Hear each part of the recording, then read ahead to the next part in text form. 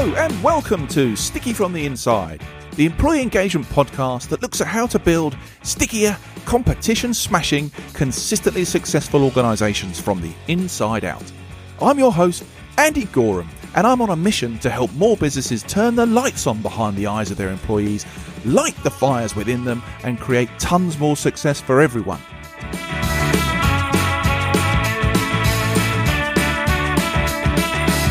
This podcast is for all those who believe that's something worth going after and would like a little help and guidance in achieving that. Each episode, we dive into the topics that can help create what I call stickier businesses. The sort of businesses where people thrive and love to work, and where more customers stay with you and recommend you to others because they love what you do and why you do it. So, if you want to take the tricky out of being sticky, listen on.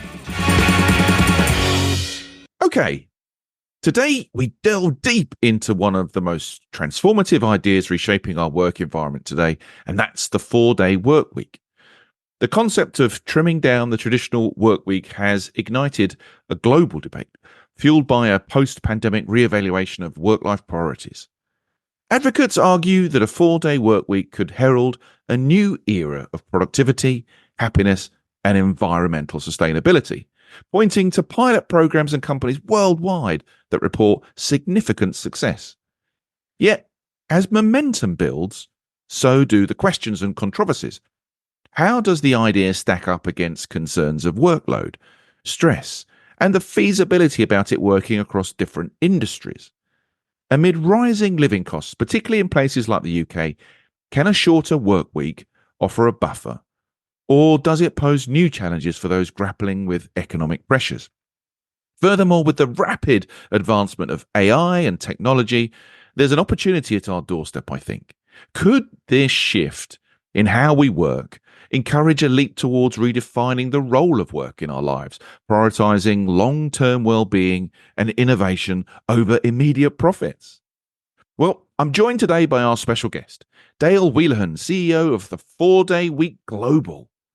It's a non-profit organisation supporting the idea of the 4-day week globally. Dale's a trailblazer championing a shift towards a more sustainable, balanced and productive work-life model. Which means we absolutely have the very, very best person with us today to help understand more about it and what those opportunities are that it provides. And on that note, today's conversation isn't just about unpacking the 4-day work week as a concept. It's about critically examining its implications, understanding its challenges, and envisioning its potential to reshape our society and economy. So, join me as I engage in what I hope will be an enlightening conversation with Dale, exploring the possibilities that lie ahead and what could be the future of work. Welcome to the show, Dale. Hi, Andy. Thank you so much for having me. Oh, it's fab to have you here. I mean, talk about a hot topic. I mean, is there any topic hotter than the 4-day work week right now? Probably not, but that's pretty good business from my end. Well, we're going to get into this in a sec. But before we do, Dale, just do me a little quick favor, would you? Can we just get a little bit of a background into you, what you've been up to and where your focus is now? Yeah, sure. So my own background is a bit colorful. I originally trained as a healthcare worker, so as a physiotherapist in the Irish healthcare system called the HSE. And I was always interested in health and well-being of people, but realized pretty early on that physiotherapy was not the way in which I was going to achieve that sort of life mission. And so I went into the world of research after that, and I did a PhD looking at the impact of sleep deprivation and fatigue on performance in surgeons. And it was during my PhD that the pandemic hit us. So while working part-time as a physio and doing my PhD and evaluating the surgeons that I was working with, I became acutely aware that the systems in which we operate are not really working for us. And if anything, the pandemic showed us that to a much larger degree. I went after that and I went into corporate for 2 years and tried to hone in some of my skills in behavioral science and leadership, and worked with public and private sector enterprises. And what I've realized over the last few years is that organizational leaders are really struggling to understand, how do you make business sustainable? How do you build performance in a sustainable way that's not going to constantly compromise on staffing or on profits? And I don't think many leaders have cracked that code just yet. have been always interested in is getting back to the idea of improving people's health and well-being. And it was through that lens of how can we create sustainable well-being to create sustainable performance that the idea of the 4-day week came to the forefront for me. So I was volunteering with the Irish campaign at the time and eventually studying as CEO of 4-day week global. What we have found is that there is a much broader narrative here beyond just people and business, but actually reduced working time being good for issues of equity, sustainability, and health within our societies. I think with all of the global trends that we're seeing now around mental health crises, political turmoil, economic turmoil, we need a new paradigm in how we approach work in a way that isn't going to burn the entire workforce out. And we're hoping through the conversation around a 4-day week that it is a conversation around reduced working hours, but it's actually a broader conversation around how we approach work in a way that's going to future fit us for the global challenges that we undoubtedly face now and we continue to face into the future. I did say in the intro, this isn't about just discussing what the 4-day work week is, but just to get everybody on the same page. What do you see as the primary purpose behind the 4-day work week? Depends who I'm talking to. So if I'm speaking to business leaders, it is how can we figure out how to get the most out of your human resource and how do we get people to work smarter but not longer? We see in businesses constantly efforts to innovate and become more efficient and lean and agile, but what those interventions fail to account for is that human motivation is what's going to drive the effectiveness of any change in an organization. So you need to figure out how do you motivate your workforce intrinsically to actually want to improve efficiencies. And if your workforce feels that they're doing that with the view to getting more work, it's just never going to work. I think guaranteeing time, which is a hugely valuable asset for people in return for improved efficiency, it's like the golden equation.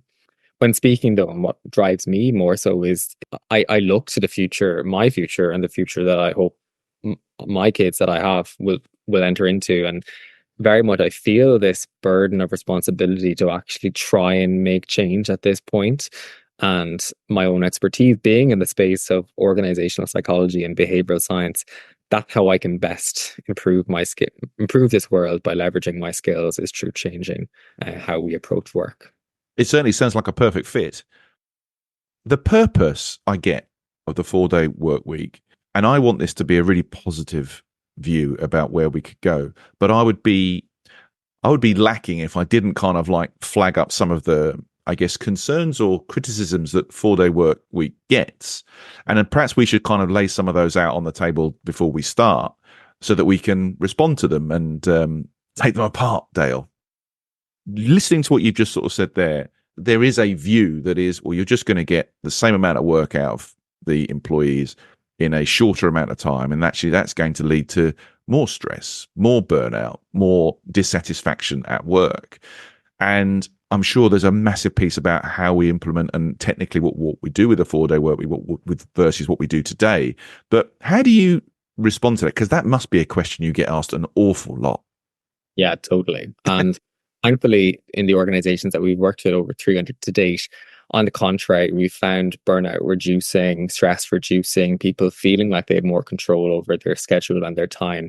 And it's because of just what you said. This is the 4-day week implementation alone is not the cornucopia. It is how it is implemented is going to lead to the real benefits. So reduced working time is good. It helps to create better parity between work and life, but ultimately it's a transformation that organizations undergo in order to achieve the same level of output or performance standards while doing so in less amount of time.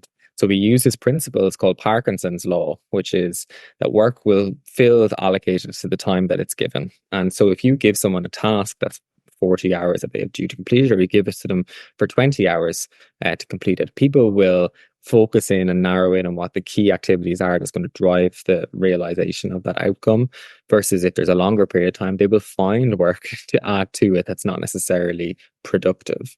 So one of the largest things that we see with organizations as they undergo this transformation is they do change work. They change how they approach work, both within individuals, teams, and leadership. Working time or meeting time is one of the major things we see reducing. So we have become death by Zoom, death by MS Teams. And really what I think is driving a lot of that is actually poor leadership. It's an unwillingness of leadership to actually make a decision there and then. It's like kicking the can down the line. So both it's a behavior within teams, but it's actually a change in leadership style as well to be more deliberate, make quicker decisions, make more informed decisions. That's one thing we see. We see a change with regards to how people approach their working week. So actually being much more deliberate around what are the key outcomes that I must achieve by Thursday close of business, assuming that it's Friday that we're going to close, and then working backwards. So actually saying, okay, I will have deep individual flow work on Mondays and Wednesdays for 3 to 4 hours, and I'm not to be disturbed during that time because it's critical time for me to achieve my outcomes. I will have meetings from 2 until 4 on Tuesdays and Thursdays, but those meeting times are actually an opportunity for me to collaborate, create new things, innovate. It's not meetings for the sake of meetings. So every single activity in work has to have a deliberate outcome associated with it. And I think when people get into that outcome based way of thinking, they realize I actually don't need 5 days worth of work. I can be much more highly reliable with regards to how I approach my work week, and I can get the most important work done in less time and be less stressed as a result of it. The reality is, what causes people to be stressed and burned out is actually not workload per se. It is actually all things around workload. It is not getting decisions made quick enough. It's, poor communication. It's poor leadership. It's poor culture. And a 4-day week forces organizations to reflect introspectively and see what are the current barriers to us being able to actually achieve the same in less amount of time, identifying those, and then actually trying to resolve those. Resolving them works because you have this vested interest of both management and non-management on wanting to make this work because there's mutual benefits for both parties. I think that alignment piece is absolutely crucial here. I mean, only last week I was working with a bunch of young, thrusting managers in hospitality, and we're having a great time talking about productivity and what have you. And then all of a sudden, we just hit this wall of an issue of like Teams being something like evil because everybody had just taken mad control of their diaries and their calendars, and stuff's just flying in all the time, and they felt completely powerless to really control their work week. And to me, listening to how you describe that ideal 4-day work week, it's a nirvana. These are my focus days, these are my collaborative days, these are my creative days. That takes an awful lot of alignment and agreement and the restructuring of work and some real discipline, right, behind those things. Absolutely. And humans are messy. So Yeah. like organizational behavior is one of the most complex things that we actually do. It's why we have whole consultancy businesses who are, cured to try and help organizations with these issues. But what behavior change within organizations fails to often account for is actually how do you motivate people to want to make the change? And, this is where my behavioral science background comes out, is that we need to understand the science behind human motivation. And all research would suggest that there's 3 psychological needs that we need to fulfill in order to feel a high level of intrinsic motivation. That's the type of motivation that we want our workforce to have. They're doing this change because they want to, because they feel good about it, not because it's enforced upon them. Those 3 psychological needs are feeling of doing a good job, feeling competent in what they're doing. In the traditional 5-day work week, we have such poor parameters of what good looks like because we use time as this arbitrary metric of dedication to the job, loyalty to the job. You're good because you stay long hours. Yeah.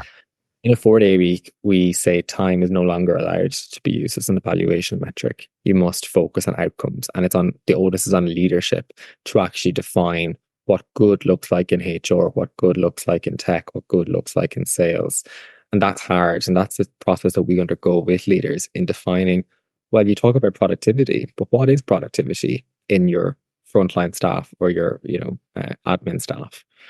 That's one. Once you can define what those productivity metrics look like, you can start crafting competency and a feeling of doing a good job because people can see whether they're reaching those standards or not. The second thing is a sense of autonomy in our work, or a sense of autonomy over our time. By gifting people more time, obviously you are giving them more autonomy over their lives, but actually in the context of work, by giving them time where they can do dedicated focus work, you are giving them autonomy in that process as well. It's like you said, people, managers who have work needs to be done, but then they're being constantly hijacked by other members of staff and teams. That takes away from that sense of volition or control over our own time. Yeah. That's allowed culturally in a 4-day week. The last thing is a sense of connectedness or relatedness with colleagues or with our business or whatever it is. So once people feel that they're being part of something bigger than themselves, people tend to get a high level of intrinsic motivation from that. And organizations know this because they have things like values and mission statements and purpose. But if people feel a disconnect between what's written on the wall versus the lived reality, there is going to be an undermining of that intrinsic motivation. What you find in 4-day week organizations is that management are putting to the forefront and saying, we look after our staff. And we actually do that because we're doing the hard work. We're changing culture and leadership and how we approach work in order to improve the well-being of our workforce. And people are going to have a higher level of commitment of loyalty to organizations that put their best foot forward like that. So you're fulfilling all of those psychological needs in workplaces. But we need to also get beyond this idea that work-life balance actually exists anymore. In fact, we need this idea of work-life integration. So fulfilling those psychological needs outside of work is equally important in order to have a positive transference into workplaces. So if I finish my workday and I feel exhausted because I've been working long hours or I'm working a traditional 5-day week, I'm much less likely to have the energy to be able to fulfill my psychological needs outside of work. So I'm not going to feel like a good parent or a good partner. So therefore, I'm not going to feel very competent. I'm not going to have the time to go take up a new sport, take up a new instrument. I'm going to have a poor level of autonomy over my time. I'm not going to have the time to connect with my family or with my friends. I'm going to have that sense of isolation and loneliness. So really what we're trying to do is both reducing working time to fulfill psychological needs in both work and outside of work by transforming how we approach work overall.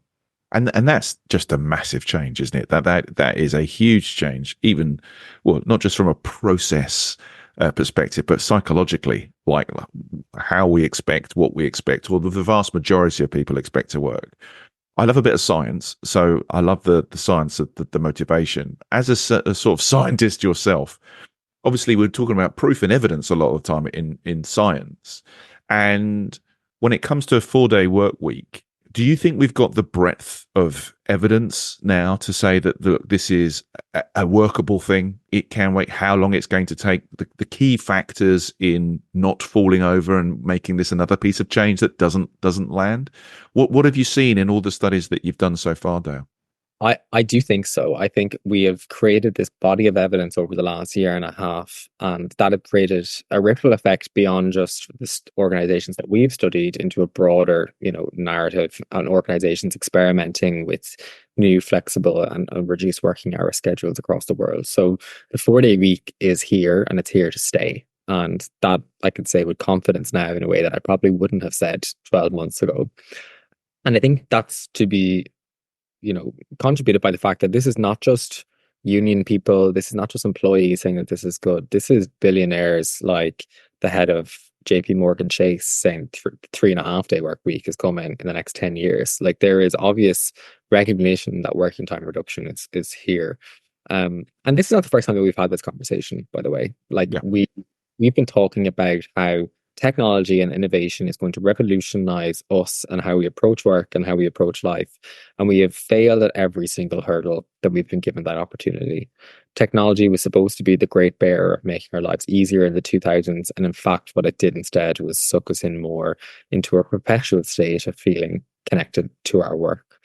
And we are now facing the repercussions, I think, of that in a society now that cannot disconnect and relax and recover, and instead finds itself perpetually stressed out.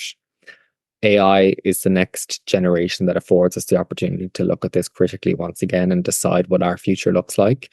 And it would be foolish of us not to take this opportunity now.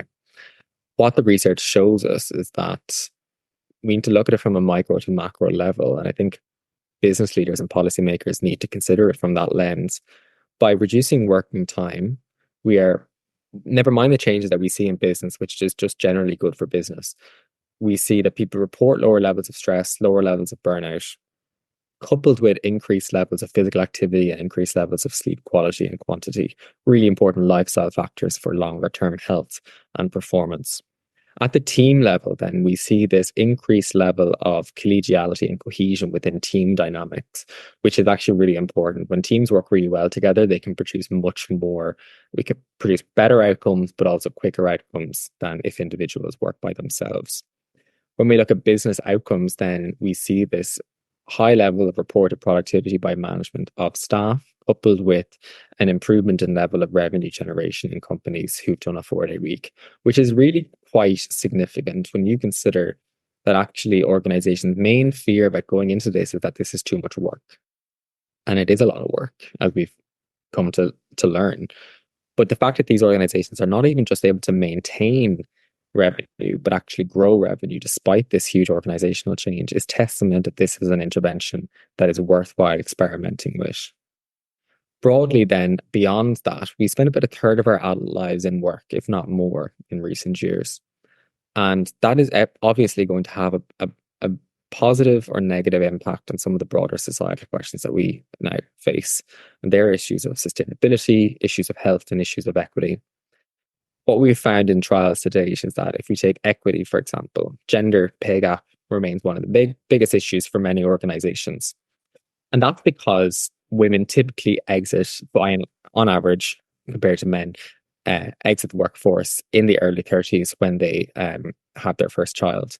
And that creates this lag in regards to career opportunity and progression once they return to workplaces.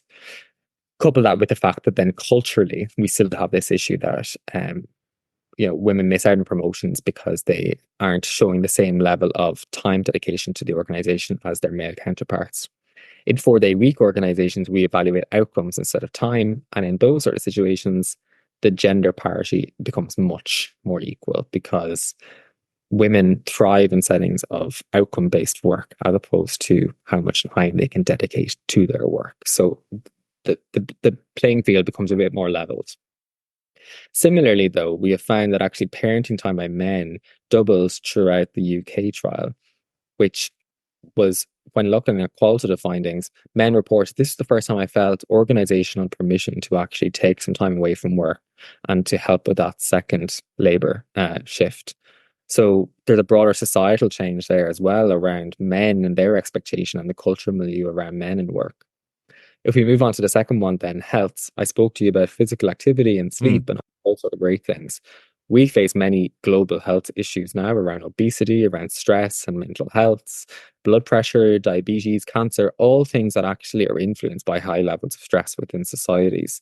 So we need to be able to start making extrapolations as to what the cumulative effect of reducing stress within workplaces might be on some of the population health issues. And if we look lastly then at sustainability, which is something that leaders cannot ignore, particularly the next generation of leaders like myself, it is going to be ever present in how we approach business and work.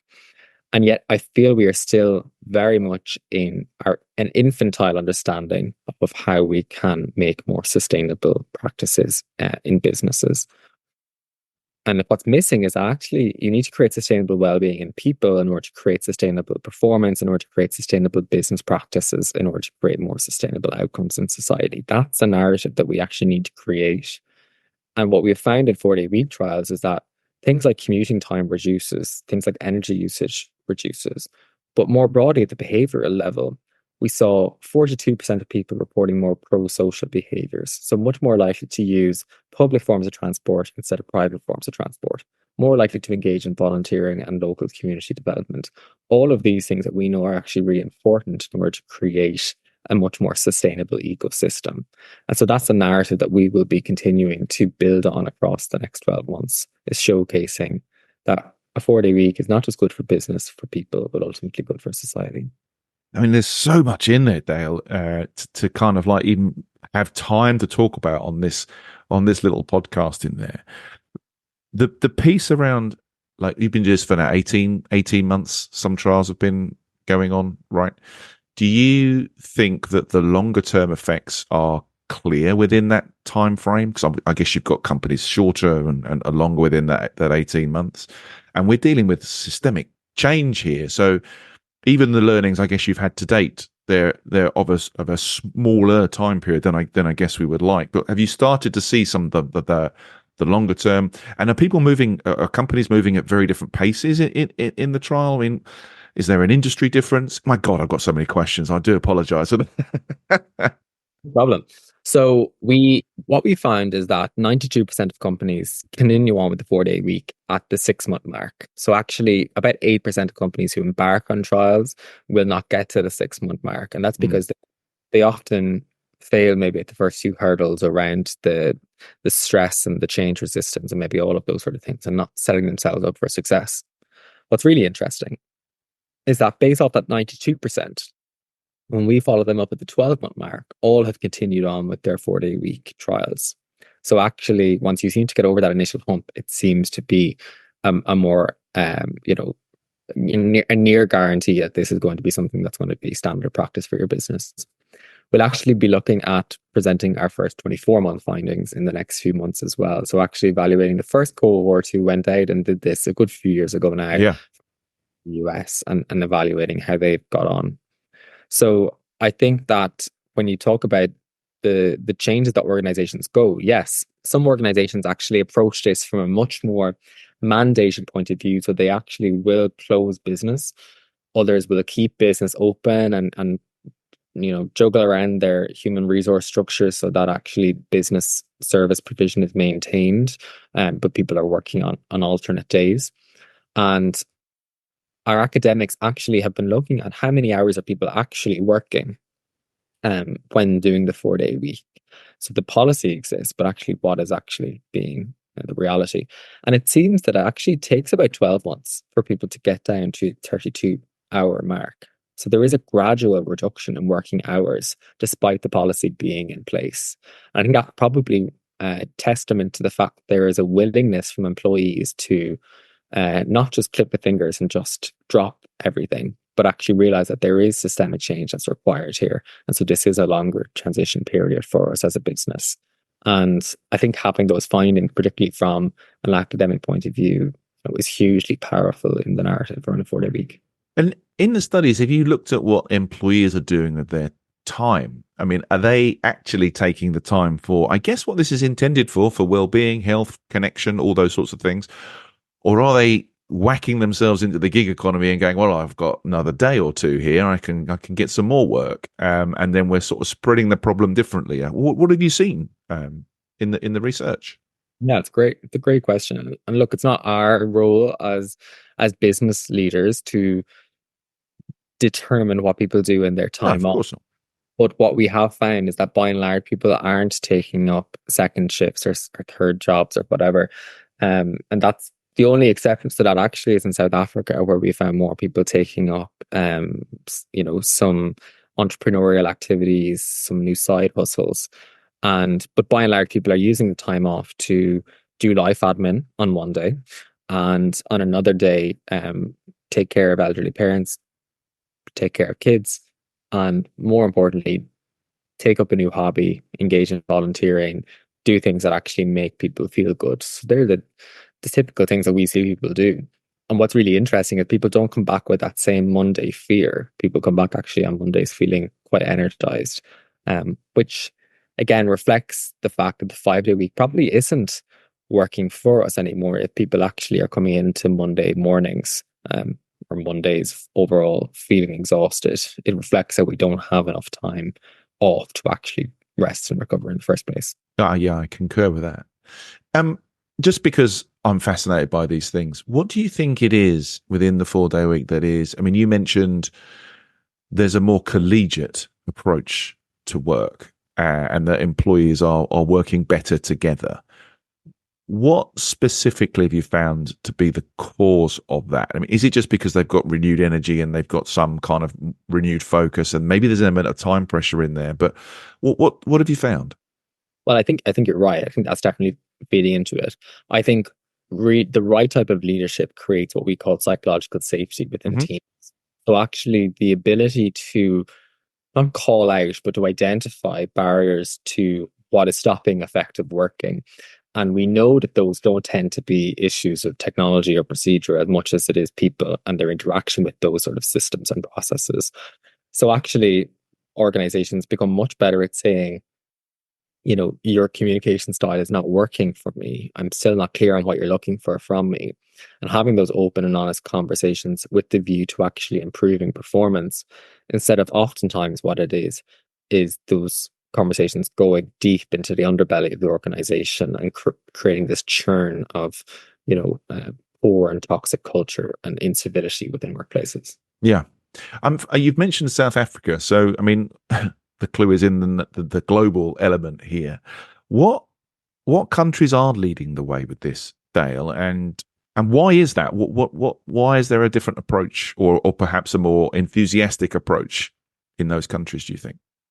Yeah, great question. I think that there's probably two continents leading the way, and that's Europe and Australasia. So, and that's unsurprising because they're the two continents that have typically had, a conversation around working time for quite a long time. Hmm. Australia, I would say, is probably really at the forefront of the conversation. So we've seen not just small and medium enterprise, but large enterprises, government bodies, public sector entities all looking and experimenting with this. I would say Europe, has always, particularly the European Union, has been looking at conversations around working time and protection of worker rights, particularly over the last few years since the pandemic. And so we have the largest continental trial happening in Germany at the moment. We'll be launching trials in France, Switzerland, Italy, Norway, Sweden, Netherlands over the next few months. And I think that's going to really create a huge conversation. The Nordic countries are always pointed to around the conversation around work-life balance, but they've equally had issues of overworking within their societies. We just aren't privy to those conversations as much because we hold them up in the gold standard. The UK had the largest trial, so 60 companies, and I think the private sector in the UK has always innovated and experimented with new ways of working. The City of London has had 9-day fortnights in many companies for a long period of time. So we're not reinventing the wheel of a culture that often exists within larger cities in the UK. The public sector in the UK, on the other hand, and political leadership is very against the concept. And there has actually been a lot of discourse from the Tory government with particularly one county council, South Cambridgeshire County Council, which brought in a 4-day week, and a lot of mandates by government to stop the trial. The Scottish government then have come out with a public sector trial, so creating that again discord between between Scotland and England and how different sectors are approaching it. So I think with the UK is a hotbed for activity, but also a hotbed for discourse.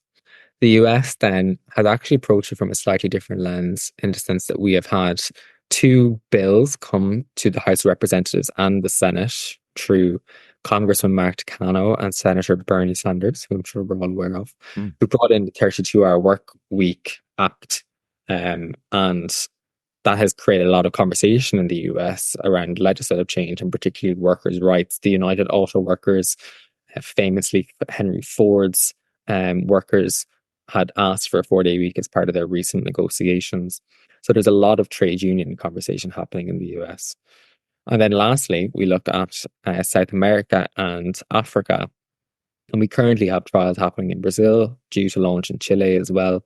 We have South Africa completed and Namibia forthcoming as well. So I'm really interested to understand what those differences will look like in some developing countries as well.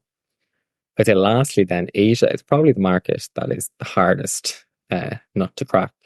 And we have seen experimentation and innovation with regards to flexible working in the likes of places like Singapore, Japan, but there is long cultures of overworking within systems and very rigid hierarchy systems. The Middle East is also another hotbed for activity and being driven in many instances by this desire to be the new leaders of the world. So the UAE, Saudi Arabia, pumping huge amounts of investment into creating new cities, new ways of working, trying to create, attractable jobs for expats to work in. And so the Sharjah government in the UAE actually brought in a 4-day week in their public sector, their teaching body. So I expect we will see some similar things happening in some of the competitive regions over there over the next while as well. Fascinating. So clearly, a very interesting global picture emerging with this stuff as we go forward. There's a couple of other topics I want us to kind of try and cover today, if we can, in the time that we have. The first of which is, I guess, incredibly timely for us in the UK, particularly around the impact around cost of living. I mean, you can't turn on the telly or read anything or bump into someone in the street who hasn't got a struggling story to tell about finances and what have you. And you don't have to be a genius to sort of see links, potential positive and negative links between moving to a 4-day week and an impact on people's financial situations or businesses' financial situations or economic situations.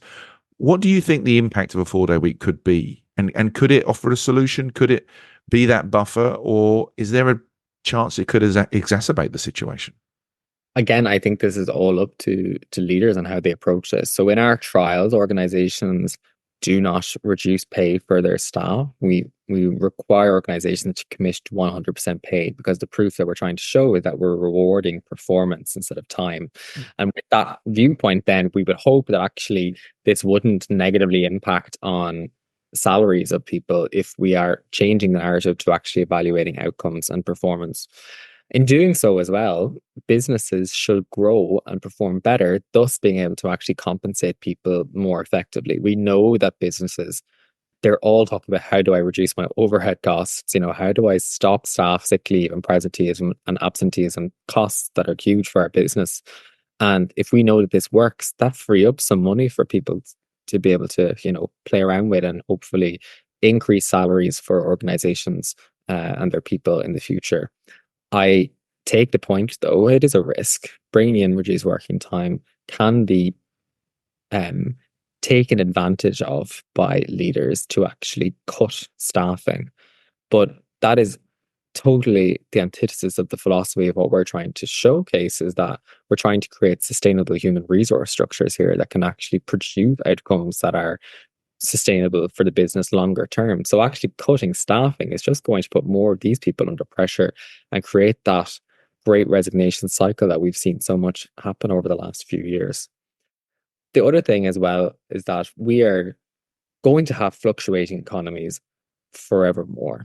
And we're highly globalized society, which means that we rely so much on other countries actually not facing too much turmoil in order for us to not face too much turmoil. We take, for example, Ireland's economy, highly precarious in the fact that we rely so much on foreign investment in the tech industry.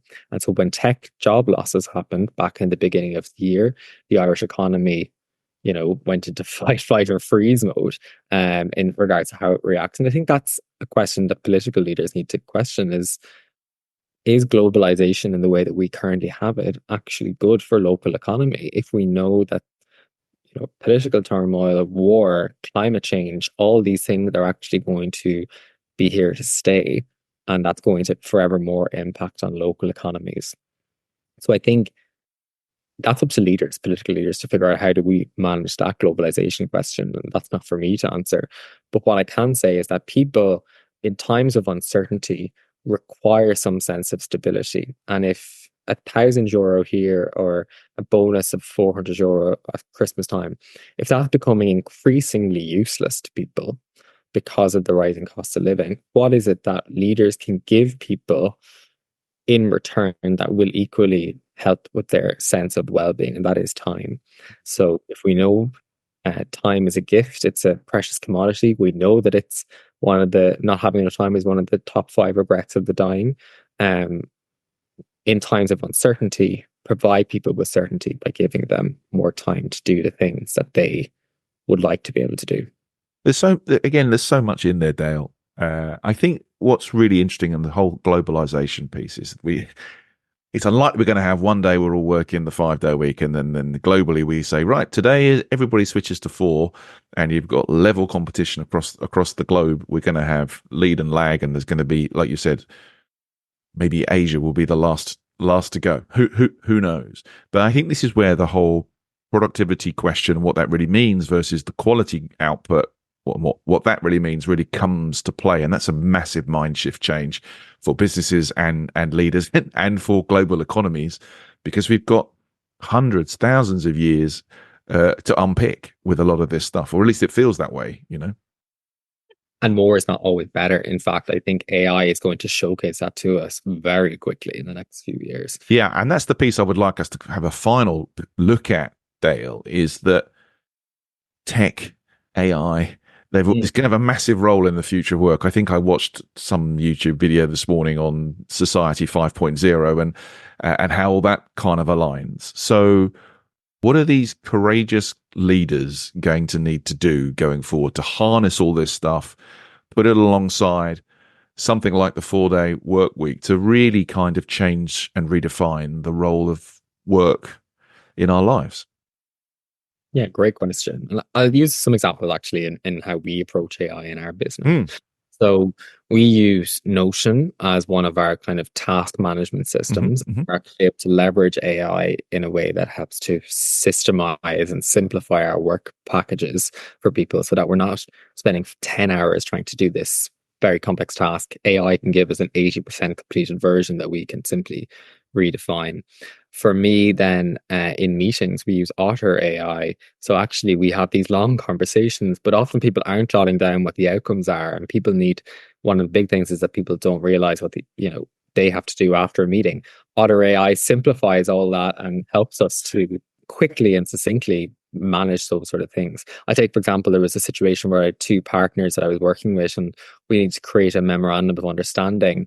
And Otter AI had summarized the meeting points, and I was able to create an MOU using ChatGPT within 5 minutes. In the past, that would have taken 10 hours of me trying to summarize the main points, getting legal to design something for me editing it. It suddenly revolutionizes how we can do very complex tasks into simple ways.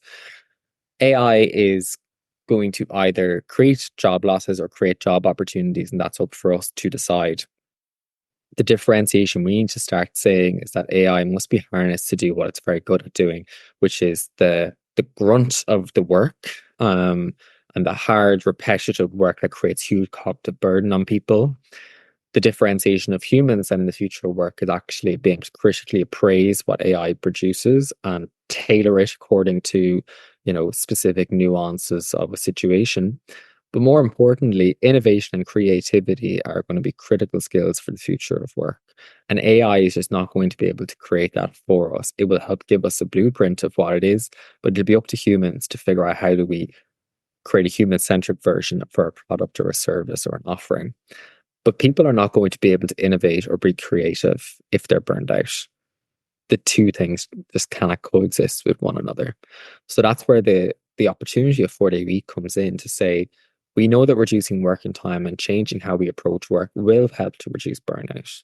So therefore, we will be able to access these new human capabilities of innovation and creativity. And we need to realize how good the outcomes of those sort of human capabilities are. And if we focus and put a time metric on them, we're going to set ourselves up for failure. I used to work in academia, and I could read 10 papers across 5 hours, or I could sit down in the morning from 4 to 5 a.m. and write for 45 minutes. Guess which one led to me completing PhD much quicker? And that's the sort of way of thinking we need to focus on. It's quality over output. And AI will produce more and more and more if that's what we ask it to do. But it would be foolish of us to think that more is better. In fact, I already think we're beginning to see the implications of that through content creation, through the arts, where AI is being used more and more, is creating this prism between people actually being able to connect with what's being written. There's just from a biological basis, when people feel that something's not written by a human, they just disconnect somewhat. So we need to be able to rectify that if we want to create a world of work that's not just robots talking to robots. I agree. I mean, I look at my own my own productivity. Let's be honest, it kind of wanes from being awful to being not too bad. The impact that AI has had on me has been amazing. And I think your point about the 80-20 rule is one that's needs to be well understood by people, is that it will get you in the ballpark really quickly. And then it's about using your skill to kind of hone it and saving yourself a lot of time. And I agree with you. I think if we can really understand how we can take away some of those grunt pieces away, then aligning this with the 4-day week, it can make sense. In the same way that AI's got critics and 4-day week has critics, it depends what we do. It really depends what we do. And that's, I guess, the final thing I'd like us to think about, Dale. We've come to the bit in the show I call sticky notes, which is where I'm asking you to summarize everything that's in your head on 3 little sticky notes. So when we're thinking about businesses considering making a move to the 4-day week, or even thinking about it, what 3 pieces of advice would you give them, Dale?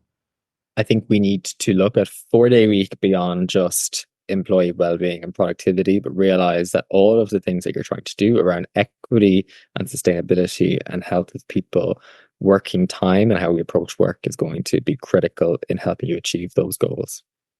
The second thing is this needs to get past the C-suite. So there is a need to actually have a strong business case for the 4-day week. So you need to approach this from the lens of risk as opposed to nice to have.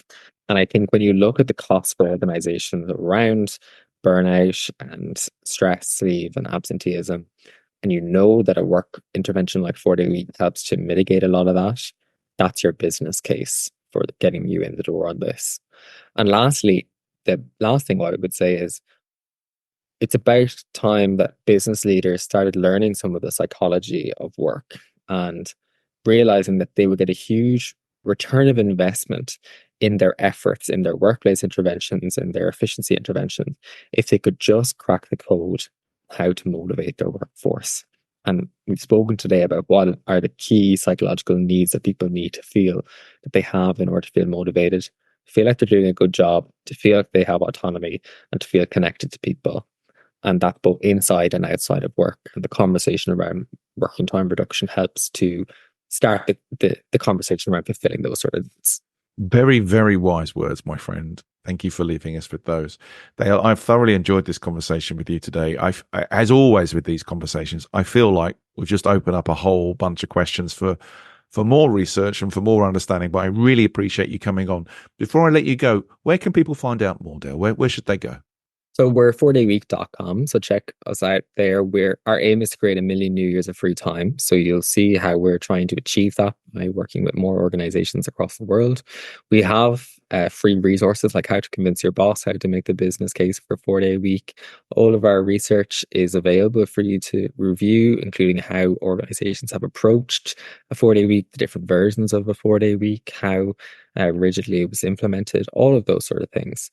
And you can check us out on social as well. We also post a lot about the general conversations around the future of work in context of hybrid working and flexible working and happiness in work and all of those sort of concepts. So we're always sharing the latest up-to-date research on our socials as well. Brilliant. Well, I'll stick all of that in the show notes so people can kind of get easy access to it. Dale, thanks so much for coming on, my friend. Really appreciate it. And good luck with everything. Thank you, Andy. Thank you for having me. No, absolute pleasure. Okay, everyone, that was Dale Whelehan. And if you'd like to find out a bit more about him or any of the things we've talked about today, please check out the show notes. So, that concludes today's episode. I hope you've enjoyed it, found it interesting, and heard something maybe that will help you become a stickier, more successful business from the inside going forward. If you have, please like, comment, and subscribe. It really helps. I'm Andy Goram, and you've been listening to the Sticky from the Inside podcast. Until next time, thanks for listening.